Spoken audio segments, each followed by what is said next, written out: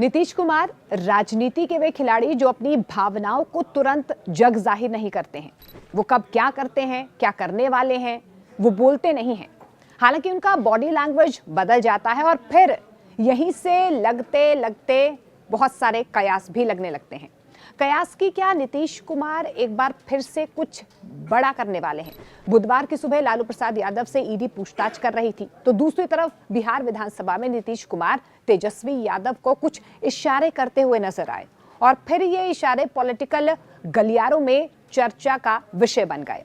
हालांकि ऐसी बात कही जा रही है कि नीतीश कुमार इशारे में तेजस्वी यादव को सेविंग करने के लिए कह रहे थे, लेकिन अब ये दाढ़ी को लेकर नीतीश का कोई केयरिंग नेचर है या फिर इसके कोई पॉलिटिकल मायने निकलेंगे, ये तो वक्त ही बताएगा। फिलहाल इस इशारे की काफी चर्चा हो रही है। नीतीश कुमार साल 2005 से ही बिहार के सीएम हैं। हालांकि इस दौरान अपनी कुर्सी बचाए रखने के लिए दो खेमों यानी कि बीजेपी और आरजेडी के बीच वे 4 बार आवाजाही कर चुके हैं। वे भाजपा को छोड़कर आरजेडी के साथ 2 बार सत्ता में रहे हैं। फिलहाल वो भाजपा के साथ हैं।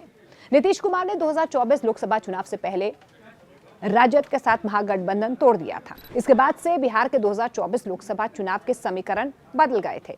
वे बीजेपी के साथ नए और फिर लोकसभा चुनाव में आरजेडी कांग्रेस के महागठबंधन को पूरी तरह से उन्होंने पटकनी दे दी। हालांकि इस दौरान बीजेपी केंद्र में कमजोर हुई और नीतीश मजबूत हो गए। अब आपको एक बार बता देते हैं कि नीतीश कुमार ने पहली बार पलटी कब खाई थी। नीतीश कुमार ने साल 1994 में पहली बार राजनीतिक रूप से बड़ा कदम उठाते हुए जनता दल से अपना रिश्ता खत्म कर लिया था और फिर उन्होंने बनाई समता पार्टी। उस समय जॉर्ज फर्नांडिस नीतीश के साथ थे और फिर नीतीश ने बीजेपी का साथ देकर गठबंधन कर लिया। साल 2005 ये साल नीतीश कुमार की जिंदगी बदलने वाला साल था। नीतीश को बीजेपी का समर्थन मिला और वे लालू प्रसाद यादव की सरकार को खाड़ फेंक कर बिहार के मुख्यमंत्री बने। बीजेपी और नीतीश का ये गठबंधन बिहार की पूरी राजनीति को बदलने वाला था। साल दर साल स्थिति ऐसी बनती जा रही थी कि लालू यादव बिहार की राजनीति से अप्रासंगिक होते नजर आ रहे थे। साल 2010 के विधानसभा चुनाव में तो नीतीश काफी ताकतवर मुख्यमंत्री बनकर उभरे, लेकिन 2013 ने सब कुछ बदल दिया। साल 2013 में एक तरफ नरेंद्र मोदी गुजरात से निकलकर देश के नेता के तौर पर स्थापित हो रहे थे, तो दूसरी तरफ नीतीश बीजेपी से दूर होते जा रहे थे। नीतीश ने बीजेपी के साथ अपने 17 साल पुराने गठबंधन को तोड़ दिया और साल 2014 के लोकसभा चुनाव में अकेले ही मैदान में उतर गए। लेकिन ये चुनाव नीतीश के लिए अच्छा नहीं रहा। साल 2009 के चुनाव में 18 सीट जीतने वाले नीतीश इस चुनाव में सिर्फ महज 2 सीट जीत पाए। 2015 का विधानसभा चुनाव 2014 में बीजेपी की प्रचंड बहुमत के साथ दिल्ली में सरकार बन चुकी थी। नरेंद्र मोदी देश के प्रधानमंत्री बन चुके थे। नीतीश ने हार की जिम्मेदारी ली और जीतन राम मांझी को मुख्यमंत्री बना दिया। बाद में कांग्रेस और आरजेडी का साथ नीतीश को मिला और 2015 के विधानसभा चुनाव में एक महागठबंधन का रूप ले लिया। बीजेपी पूरे देश में मजबूत थी, लेकिन इस महागठबंधन ने उसे हरा दिया और इस चुनाव में लालू यादव को संजीवनी मिल गई।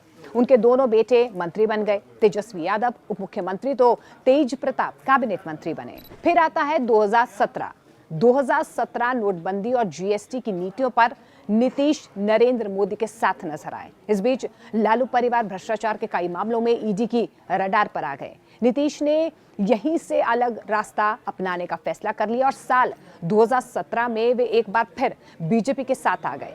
नीतीश फिर से मुख्यमंत्री बने।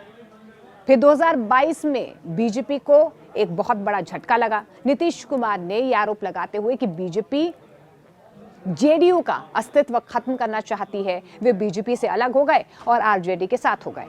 इस लोकसभा चुनाव से पहले बहुत बड़ा इसे उलटफेर भी माना जा रहा था, लेकिन नीतीश हैं कि रुकने वाले ही नहीं थे। जनवरी 2024 आ जाता है और फिर एक बार फिर राष्ट्रीय मुद्दों की बात कहकर नीतीश बीजेपी के साथ आ जाते हैं और इसका फायदा उन्हें लोकसभा में भी देखने को मिलता है।